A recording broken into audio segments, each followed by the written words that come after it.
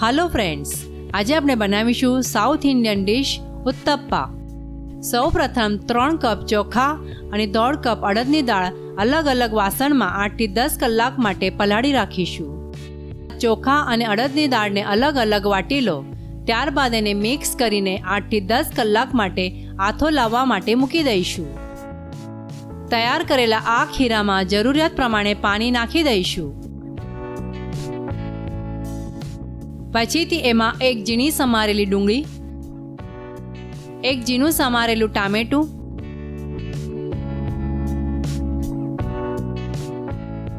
એક ટીસ્પૂન લીલા મરચાં અને આદુની પેસ્ટ નાખીને થોડું મિક્સ કરી લઈશું.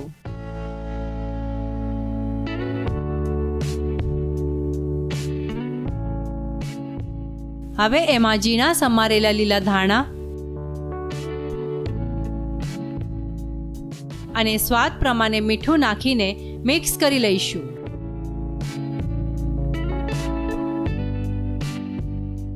ઉત્તપ્પાનું ખીરું બનાવીને હવે તૈયાર છે.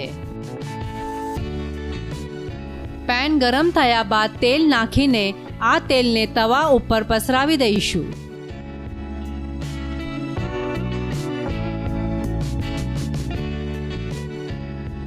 તૈયાર કરેલું ખીરું તવા ઉપર નાખીને ઇવનલી સ્પ્રેડ કરી દઈશું.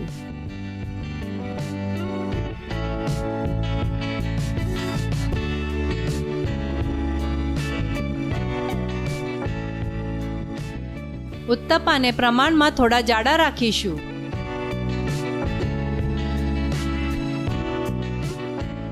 નીચેની બાજુ ગોલ્ડન બ્રાઉન થયા બાદ આ ઉત્તપ્પાને પલટાવી દઈશું. એને બીજી બાજુથી પણ ગોલ્ડન બ્રાઉન થવા દઈશું.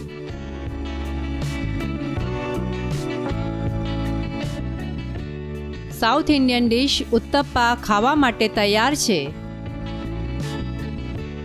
આ ઉત્તપ્પા લીલા કોપરાની ચટણી સાથે સર્વ કરીશું.